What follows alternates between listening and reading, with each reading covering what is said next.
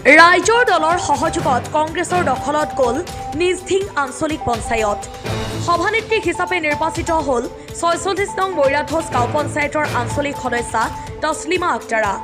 বহু জল্পনা কল্পনাৰ অন্তত গঠন হ'ল নগাঁও জিলাৰ ধিং সমষ্টিৰ অন্তৰ্গত নিজধিং আঞ্চলিক পঞ্চায়ত। মুঠ 10গৰাকী সদস্যাৰ ভিতৰত 6গৰাকী সদস্যাৰ সমৰ্থন লাভ কৰিবলৈ সক্ষম হ'ল তছলিমা আক্তাৰা। নিজধিং উন্নয়ন খণ্ডৰ উপ সভানেত্ৰী হিচাপে নিৰ্বাচিত হ'ল 43 নং হাতীমুৰীয়া গাঁও পঞ্চায়তৰ আঞ্চলিক সদস্যা জোছনাৰা বেগম।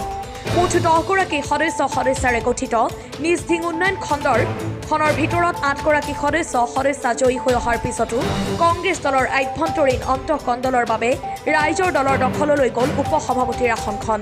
দুটা ভাগত বিভক্ত হৈছিল কংগ্ৰেছ দলৰ নৱনিৰ্বাচিত সদস্যাসকল। এই অন্তঃকন্দলৰ ফলত সমাগত 2026 বিধানসভা নিৰ্বাচনত ধিং সমষ্টিত কংগ্ৰেছৰ মাজত চিপ্ৰাংমৰাৰ ৰাজনীতিৰ পথ প্ৰকট হৈ পৰিছে। টুকটুকিৰ পৰা জালালুদ্দিন আহমেদৰ ৰিপৰ্ট, বটদ্ৰা লাইভ।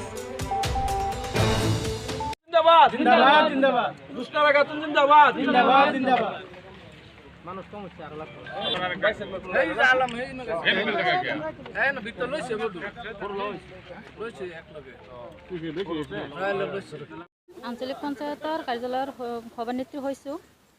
মই সকলো ৰাইজকে ধন্যবাদ জনাইছোঁ আৰু মই মোৰ লগতে আঞ্চলিক সদস্যসকলকো ধন্যবাদ জনাইছোঁ আৰু মই সকলো ৰাইজৰ হকে কাম কৰি যাম। ৰাইজৰ কাৰণে উন্নয়নেই হ'ল মোৰ উদ্দেশ্য। কোনটো দলৰ পৰা আপুনি প্ৰতিদ্বন্দ্বিতা কৰিছে? মই কংগ্ৰেছ দলৰ পৰা। কিমানজন সদস্য আপোনাক সমৰ্থন কৰিছে? 6জন সদস্যই মোক সমৰ্থন কৰিছে। কোন দলৰ? 2জন আছে ৰাইজৰ দলৰ আৰু 4জন কংগ্ৰেছ দলৰ। আপুনি কোন দলৰ? মই কংগ্ৰেছ দলৰ। কংগ্ৰেছ দলৰ আপোনালোকৰ 8জন সদস্য আছে। তাৰে দেখা গৈছে যে আপোনালোকৰ ৰাইজৰ দলৰ সহযোগত আপোনালোকৰ এই আঞ্চলিক পঞ্চায়তৰ সভানেত্ৰী হ'ব লগা হৈছে। কওকচোন কিয়? সিহঁতে মোক ছাপোৰ্ট কৰিছে আৰু কংগ্ৰেছ দলৰ 8জন আছিল। সিহঁতে মোক ছাপোৰ্ট কৰে আৰু সেই 4জনে মোক ছাপোৰ্ট কৰা নাই। ৰাইজৰ দল ছাপোৰ্ট কৰিছে কংগ্ৰেছ দলক। 4জনে ছাপোৰ্ট কৰিছে আৰু ৰাইজৰ দলৰ সহায়ত আপুনি হয় সভানেত্ৰী হ'ব পাৰিছে। ৰাইজৰ দলৰ কেইজনে ছাপোৰ্ট কৰিছে? 2জনে। কোনটো? জোছনাৰা বেগম আৰু শবনম জাহান।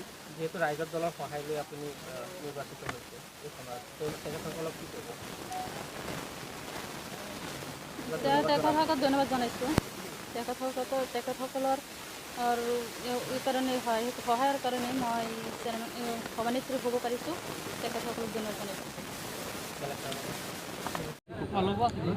আজি আমাৰ ৰাইজৰ দলৰ বাবে এটা শুভ দিন।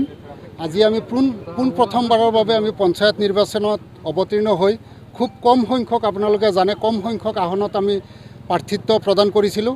তাৰ ভিতৰত আজি নিজধিং যি আঞ্চলিক পঞ্চায়ত আছে ইয়াত 2গৰাকী প্ৰাৰ্থী আমাৰ জয়ী হৈছিলে আৰু কংগ্ৰেছ দলৰ 8জন প্ৰাৰ্থী জয়ী হৈছিলে।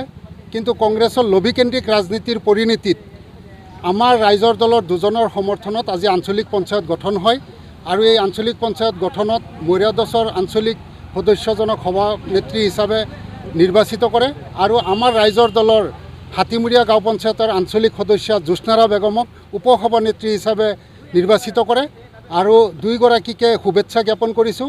আৰু যিসকলৰ সমৰ্থনত আজি আমাৰ এই আঞ্চলিক পঞ্চায়ত গঠন হৈছে সকলোকে শুভেচ্ছা জনাইছোঁ, ধন্যবাদ জনাইছোঁ আৰু আশা কৰিছোঁ যে আগন্তুক দিনত যাতে নিজধিং আঞ্চলিক পঞ্চায়তে ৰাইজৰ হকে কাম কৰে, ৰাইজৰ উন্নয়নৰ স্বাৰ্থক যাতে অধিক গুৰুত্ব দিয়ে আৰু দুৰ্নীতিমুক্ত এটা আঞ্চলিক পঞ্চায়ত যাতে তেওঁলোকে কাৰ্যনিৰ্বাহ কৰি নিব পাৰে তাৰ বাবে মই তেখেতসকলক অনুৰোধ জনাইছোঁ।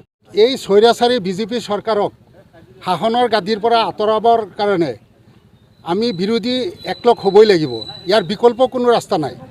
আমাৰ লক্ষ্য হৈছে 2026ক এই বিজেপি চৰকাৰক কেনেকৈ উৎখাত কৰিব পাৰি তাৰ লক্ষ্যৰেহে আমি কাম কৰি আছোঁ আৰু আমি ভাবোঁ যে 2026ত এই বিজেপি চৰকাৰ উৎখাত হৈ সকলো বিৰোধী ঐক্য একেলগে হৈ এখন সুস্থিৰ চৰকাৰ গঠন কৰিব বুলি আমি আশাবাদী আৰু আমি সেই উদ্দেশ্য আগত ৰাখি আমি কাম কৰি গৈ আছোঁ। তাইক ছাপোৰ্ট কৰিছোঁ। আমি 2জন আছিলোঁ, ৰাইজৰ দলৰ 2জনেই তাইক ছাপোৰ্ট কৰিছোঁ। আমাৰ সহায় সহযোগিতাত তাই হ'ব পাৰিছে আৰু সিহঁতৰ সেই 4জনৰ সহায় সহযোগিতাত সিহঁতে 4জনে মোক ছাপোৰ্ট কৰাৰ কাৰণে মই আজি উপসভানেত্ৰী হ'ব পাৰিছোঁ। কি নাম মোৰ নাম মিত জ্যোৎস্না ৰাজতন। কোনখন জিপিৰ মই হাতীমূৰীয়া জিপি।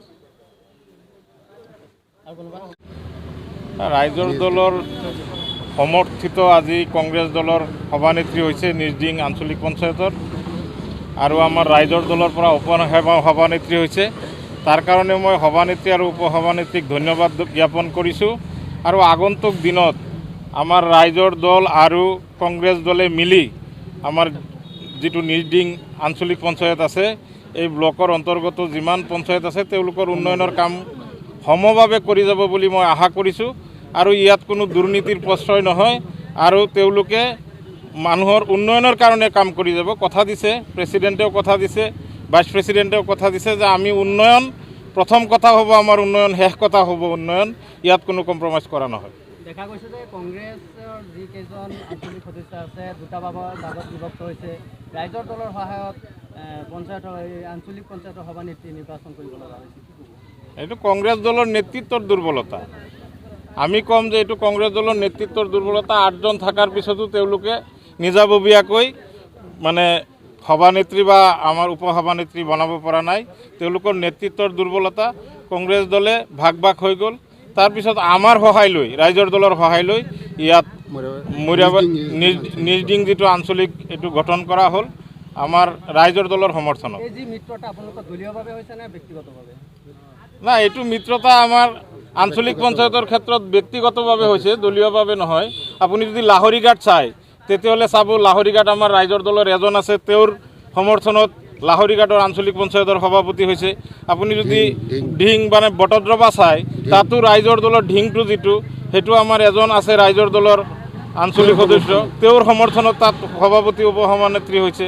আৰু আপুনি যদি মূৰিয়াবাৰী চায় মানে এইটো নিৰ্দিং চায় তেতিয়াহ'লে চাব যে আমাৰ ৰাইজৰ দলৰ 2জন আছে, এই 2জনৰ সমৰ্থনত কংগ্ৰেছ দলৰ সভানেত্ৰী হ'ল কংগ্ৰেছ দলৰ 4জন লৈ আৰু আমাৰ ৰাইজৰ দলৰ 2জনক লৈ আমাক উপসভানেত্ৰী দিলে। তাৰ কাৰণে মই কংগ্ৰেছ দল আৰু ৰাইজৰ দলৰ চবকে মই ধন্যবাদ জ্ঞাপন কৰিছোঁ। কংগ্ৰেছৰ যে অন্তঃকৰণ দল ইয়াৰ আপোনালোকে 26ৰ ইয়াৰ বেনিফিট আপোনালোকে ল'ব নেকি?